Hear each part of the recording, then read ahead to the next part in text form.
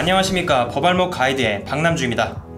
안녕하세요. 법률사무소 광덕의 김재훈 변호사입니다. 네, 이번 영상도 김재훈 변호사님과 함께 하게 됐는데요. 네. 이제 나름 이제 사람들이 이제 익숙해질 때가 된 것 같아요. 저도 이제 이 스튜디오가 익숙해진 것 같아요. 그럼 오늘은 어떤 문제를 다뤄보러 오셨죠? 오늘은 또 많은 분들이 실생활에서 궁금해할 수 있는 교통사고가 발생할 경우에 교통사고. 대한 처리법에 대해서 저희가 말씀을 드리려고 해요. 제 채널에 어떤 분이 이제 메일도 많이 보내시고 댓글로도 이제 교통사고 좀 다뤄줬으면 좋겠다. 근데 이제 제가 이렇게 말씀을 드렸죠. 잘 모른다. 교통사고 잘 몰라서 전문가를 모시고 찍겠다. 그래서 약속을 해서 이렇게 모셔왔습니다. 저한테 요청하신 분들 반드시 이 영상 보셔야 돼요. 네, 교통사고의 경우에는 사람들로 다 다르기 때문에 제가 이 상황에서는 뭐 과실 비율이 몇 대 몇이다 이렇게 다 말씀을 드릴 수는 없지만 그런 어떤 정보라든가 팁 같은 거를 드리려고 해요. 팁이요? 그렇죠. 지금 이 상황에서 모든 교통 이거 어떻게단 말이에요. 그러니까 이제 그런 것들에 최대한 도움을 받을 수 있는 꿀팁 같은 것들을 이렇게 공개를 해주시겠다 이거군요. 네, 뭐 받아주시는 분이 꿀팁이라고 생각합니다. 그럴 겁니다. 적어도 댓글 다신 분들은 그렇게 생각해야 돼요. 네. 일단은 그러면은 길을 가다가 교통사고를 당했을 때 여러 상황이 있겠지만 공통적으로 반드시 이것만은 해야 된다 라는 그런 대처법 같은 게 일단 있는지 궁금하네요. 네, 뭐 많은 분들이 이미 알고 계시겠지만 요즘에는 차에 블랙박스들이 많잖아요. 저는 없는데.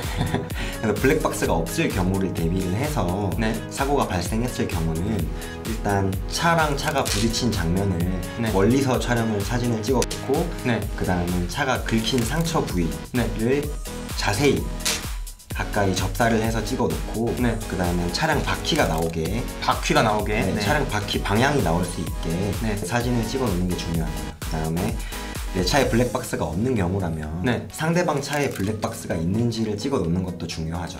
그렇겠네요. 그대로 사고가 난 채로 내려서 사진을 이제 찍어야 된다는 이런 말씀이신 것 같은데 사실 이렇게 도로가 복잡하면 그렇게 좀 힘들 수 있잖아요. 예를 들어서 강변북로에서 사고가 났는데 약간 그건 좀 힘든 상황이 있지 않을까요? 뭐 차가 밀린다고 해서 사진도 안 찍은 상황에서 차를 빼버리면 이제 나중에 상대방과 과실 비율에 대해서 분쟁이 생길 수도 있기 때문에 그 분쟁이 생기는 거를 미연에 방지하고 그 다음에 본인에게 유리한 증거를 확보해 놓기 위해서 차를 빼기 이전에 사진을 빨리 찍어 놓고 차를 빼야 된다고 생각을 해요, 저는. 여러분들 교통 막힌다고 뒤에서 빵빵거린다고 신경을 쓰지 마시고 이렇게 김재훈 변호사님 말씀처럼 일단은 사진을 어떻게든 확보를 해두시는 게 중요하다고 이렇게 말씀을 하십니다.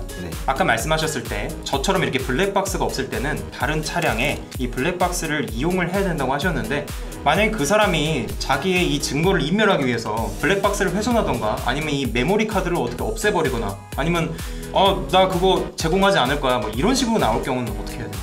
네, 뭐 상대방 차에 블랙박스가 있다고 해서 그걸 상대방이 제출할 의무는 없기 때문에 의무는 없어요? 그걸 강제적으로 볼 수는 없지만 블랙박스가 있는 차량에 블랙박스를 제공하지 않는 것만으로도 법원에 충분히 심증해서 유리한 그런 효과를 가져올 수 있게 되는 거죠.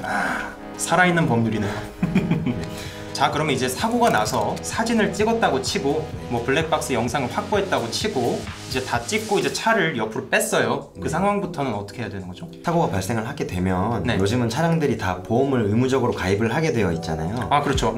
그래서 그 각자의 보험회사에서 그 사건 현장에 출동을 해서 그 보험회사끼리 과실 비율을 어느 정도 합의를 한 후에 그거를 사고 당사자들이 거기에 대해서 이의를 제기하지 않으면 그 과실 비율대로 합의가 되고 그 사건이 종결이 되게 될 겁니다. 그렇게 되네요.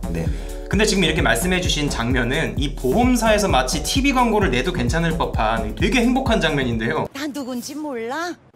그럼 제가 누군지 아세요? 이분은 저희가 다 알아서 해드리는 하이카 고객이십니다. 실제로는 아닌 경우도 있을 거란 말이에요. 분명히 그 보험사에서 이렇게 정한 서로끼리 이렇게 얘기한 그런 과실 비율이 마음에 안 들 수도 있어요. 그럴 경우에는 어떻게 해야 되는 거죠? 그럴 경우에는 처음에는 구상금 분쟁심의위원회가 있어요. 구상금 분쟁심의위원회는 일반인들은 신청을 할 수가 없고 보험사들만 신청을 할 수 있는데 보험사들끼리 구상금 분쟁 심의위원회 조정을 통해서 합의 비율을 다시 정해서 그 합의 비율대로 합의가 되는 경우도 있고 그렇게 해서까지 합의가 되지 않는다면 결국에는 민사소송으로 가야겠죠. 그럴 경우를 대비해서 우리나라에서는 교통사고 과실비율 분쟁 심의위원회라는 사이트가 있어요. 참 이 용어 되게 어렵네요. 기네요. 녹색 창에 검색을 해보시면 홈페이지가 나오는데 그 홈페이지에 들어가면 어떤 도로에서 어떤 상황에서 어떻게 사고가 발생했을 때 평균적으로 과실 비율을 몇 대 몇으로 책정을 하는지 그 다음에 어떤 차에 어떤 과실이 있고 어떤 차에 어떤 과실이 있었던 경우까지 다 추가를 해서 과실 비율을 평균적으로 한번 볼 수가 있어요. 되게 유용한 사이트네요. 만약에 이걸 모르면은 정말로 좀 약간 약자가 될 수밖에 없을 정도로 제가 듣기엔 정말로 좋은 사이트 같습니다. 네, 그런데 그 사이트에 나온 과실 비율대로 무조건 다 과실 비율이 나온다라는 보장은 없어요. 그 사이트가 뭐 이렇게 결정을 내려주는 건 아니니까요. 그렇죠. 과실 비율은 법원에서 정하게 되는 거고 최종적으로는 그 법원의 판단을 받아야 되는 것인데 평균적으로 어떻게 나오는지 정도는 미리 알아볼 수 있는 거죠. 알겠습니다. 참고로 보면 되게 좋은 사이트다. 거죠.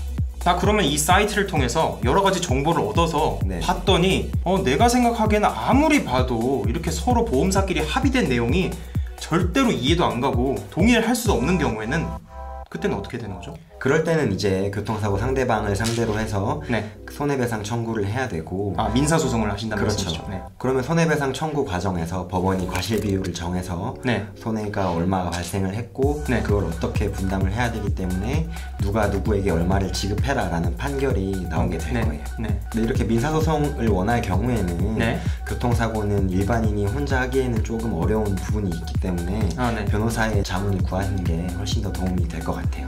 김 변호사님한테요?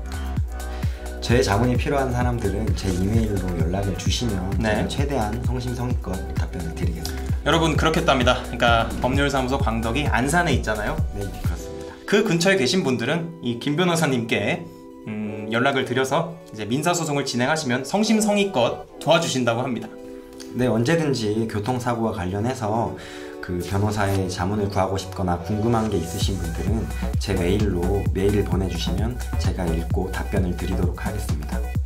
박수 한번 쳐야 될 것 같은데. 자, 오늘은 김재훈 변호사님과 함께 이 교통사고에 대처하는 방법 그리고 어떻게 과실 비율이 나오는지까지도 알아볼 수 있는 그런 좋은 사이트 이렇게 알아보았습니다. 앞으로도 여러가지 여러분들이 궁금한 것들이 있으면 이 김재훈 변호사님이 영상 촬영에 이렇게 자문도 구해주시고 직접 출연도 해주실 테니 만약에 궁금한 것들이 있으시면 댓글로 달아주시면 성심성의껏 저도 보조를 하겠습니다. 오늘 영상은 여기까지고요. 다음 영상도 기다려주시기 바라겠습니다. 감사합니다.